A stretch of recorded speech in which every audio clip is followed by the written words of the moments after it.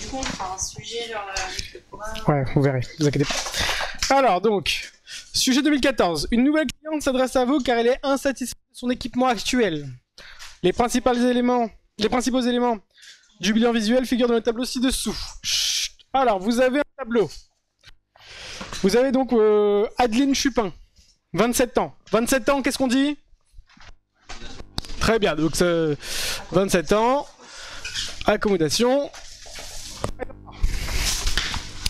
L'équipement date de 6 mois, donc franchement, je pense qu'à moins qu'on soit tombé sur un ophtalmo B. Voilà, elle est comptable, oui, exactement, oui. Alors, comptable. Donc, VP, même VI aussi, hein, plus. Donc, elle passe sa journée à lire des choses, à taper sur son ordinateur. Franchement, elle utilise beaucoup son accommodation. D'accord ? Elle n'est pas satisfaite de son équipement. Ok. Depuis qu'elle porte ses dernières paires de lunettes lors de travail prolongé en vision de près, elle se plaint d'avoir les yeux qui tirent, les maux de tête et parfois des visions doubles. Ah, vision double. Donc ça veut dire quoi, vision double? Problème de vision binoculaire. Il y a les yeux qui tirent, qui piquent. Ça peut venir aussi de l'accommodation. D'accord? Elle force un peu sur l'accommodation. Non, en quoi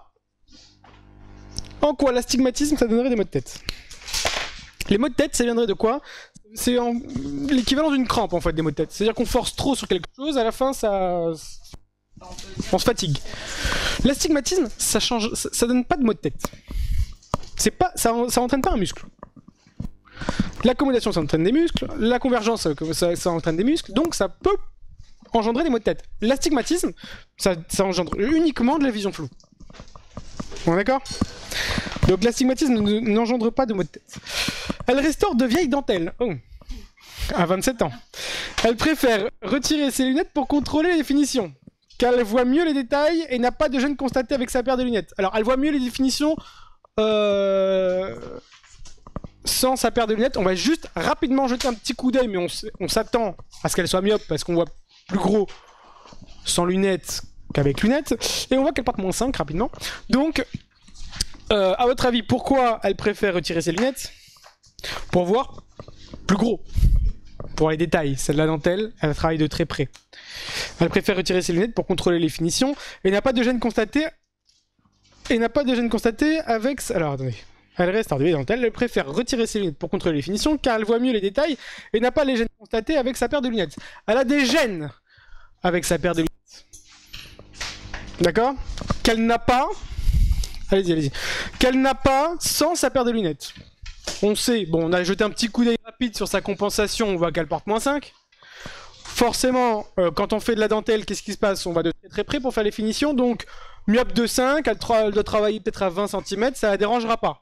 Donc forcément, qu'est-ce qui se passe quand elle enlève ses lunettes? Elle n'accommode moins.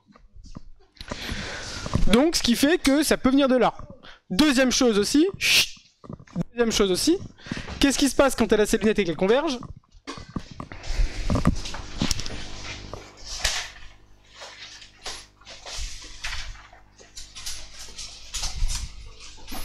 Elle subit ce qu'on appelle quoi? Excusez-moi, je suis un ouf, je vais dans le mauvais sens. Elle subit des effets prismatiques base quoi? Base interne. Base interne, qu'est-ce que ça fait? Ça soulage une exo. Mais ça quoi? Ça aggrave une ESO. On est d'accord? Et en règle générale, quand on fait des sujets, il y a des problèmes. Et donc forcément, ça soulage une exo. Elle aurait pas de problème. Si elle a des problèmes, à votre avis, c'est quoi? C'est qu'elle est ESO et ça l'aggrave. Vous comprenez un peu l'idée? Donc rien qu'avec ce brouillon, déjà, on peut avoir une idée de la personne. Alors, 27 ans, bon, elle devrait quand même avoir normalement plutôt une bonne accommodation en réserve, mais elle a les yeux qui tirent. Pourquoi? Parce qu'elle accommode beaucoup quand elle fait sa petite dentelle là, et elle converge beaucoup. Alors après, ça aggrave son éso. Peut-être qu'elle est très ésophore en vision de près. Ça pourrait expliquer des maux de tête. Donc on va voir un peu ce qui se passe. Elle n'est suivie médicalement pour aucun problème particulier. Donc elle n'a pas de problème.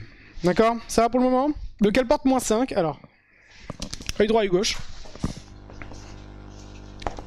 Moins 5 dioptries. D'accord? On vous a pas pris la tête, on vous a mis moins 5 pour les deux yeux.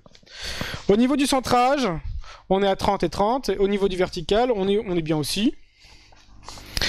Au niveau du, comment ça s'appelle, du ticket autoref. Alors, sur le ticket autoref, qu'est-ce qu'on a? Elle a moins 5,25, moins 5,50. Est-ce que c'est normal? Pourquoi? Parce que c'est toujours quoi? Un peu plus concave. Donc, ce qu'elle porte, c'est peut-être pas trop mal. C'est peut-être pas trop mal. On est d'accord? Alors, après, il y a les gens un peu minutieux, très minutieux, qui vont remarquer, pour savoir si vraiment vous le marquez. Comment? Non. Alors oui, l'astigmatisme, bon, il y a déjà un astigmatisme. Alors, c'est dû aussi à un astigmatisme du crystallinien, tensionnel, interne, en gros, dû à une petite accommodation qu'elle met lorsqu'elle fait le ticket autoref. Mais je sais pas si vous avez remarqué, et là, en fait, ils sont un peu très pointilleux. Vous avez vu ce qu'il y a marqué en dessous vous avez ref data, VD, vous avez plein de petites formules, et kerato data, ouais. Au-dessus de kerato data, il y a marqué quoi? Exactement, il y a marqué quoi? En fait, ça c'est l'écart pupillaire, ouais. Est-ce que c'est le même que l'écart pupillaire du centre? Non. Donc il y a un problème de quoi? Problème de centrage. Ouais, hey, faut être super méticuleux. C'est vicieux, hein. Ah, il y a un petit problème de centrage. Ok. Alors, examen préalable avec compensation habituelle. On y va. 12 dixièmes, 12 dixièmes. Est-ce qu'elle peut être mieux pisée? Est-ce qu'elle est sous-compensée, cette personne? Ah bon? Allez, bien, hein. Alors, soit elle est quoi? Soit elle est surcompensée, soit parfaitement compensée, ouais. Donc vous pouvez dire, hein, soit elle est hyper métropisée, soit elle est métropisée, vous faites ce que vous voulez. Mais en gros, l'idée c'est ça, d'accord? 12 dixièmes, c'est ça. Alors, ça tombe bien, œil droit et gauche, c'est les mêmes. Donc je vais faire la même ODG. Soit surcompensé, soit parfaitement compensé, on est d'accord? On y va. Au niveau du cylindre, est-ce qu'on peut estimer quelque chose? 12 dixièmes en vision de loin et 12 dixièmes en vision de près, ça fait quoi? Un cylindre qui existe, s'il existe, serait inférieur à 0,75 dioptrie, on est d'accord? On y va. Acuité visuelle avec une phase de plus 1, elle a 1 tiers. Alors on y va. RC est égal à 1 sur 4 fois 1 tiers. Ça fait 0,75. Donc RC égale à moins 0,75 car myopisé en gros. Donc SO égale DP plus RC. DP c'est combien? Qu'est-ce qu'il porte? Moins 5 plus 1 ça fait moins 4. Plus moins 0,75 ça fait combien? Moins 4,75 dioptries. Donc normalement le sujet devrait porter moins 4,75. Elle est légèrement quoi? Surcompensée de moins 0,25. On est d'accord? Alors là c'est un truc un peu spécial au niveau du... Ils ont pas fait un cadran par an, ils ont fait autre chose. J'aime pas trop. Mais bon. Écoutons-les. En fait, ce qu'ils ont fait, c'est qu'ils ont pris le CCR, ils l'ont mis devant l'œil, et ils lui ont mis une ligne d'acuité de 10 dixièmes. Et ils ont remarqué que quoi? Qu'il n'y avait aucune préférence, que ce soit à 0, 90, 45 ou 135. Ce qui fait que nous, on peut considérer à ce moment-là, je sais pas si vous avez déjà fait des examens de vue, mais très souvent, et vous priez pour ça, position 1, position 2, est-ce que c'est pareil? C'est pareil. Position 1, position 2, est-ce que c'est pareil? C'est pareil. Vous êtes tous très contents, vous dites quoi? Il n'y a pas d'astigmatisme, vous enlevez le CCR, et hop, vous êtes super contents. Et ben là, c'est ce qui s'est passé. D'accord? 10 dixièmes, elle n'a pas de préférence. Donc, on considère que quoi? Qu'il est faible ou inexistant. Donc, pas d'astigmatisme. Ou faible, non décelable.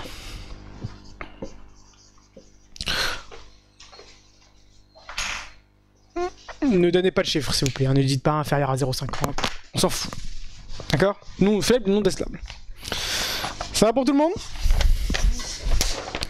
Ah, on continue. Il y a d'autres encore tests. Alors, vision binoculaire, compensation habituelle. Alors, avec ces compensations habituelles, on a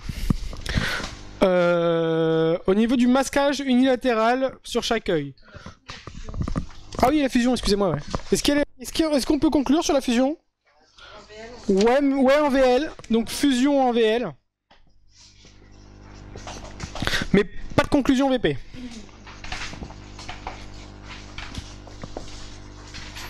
Ouais. Merci, j'avais complètement zappé. Alors, test de la vision binoculaire avec les compensations habituelles. Masquage, démasquage, donc on y va. En vision de loin, donc avec ces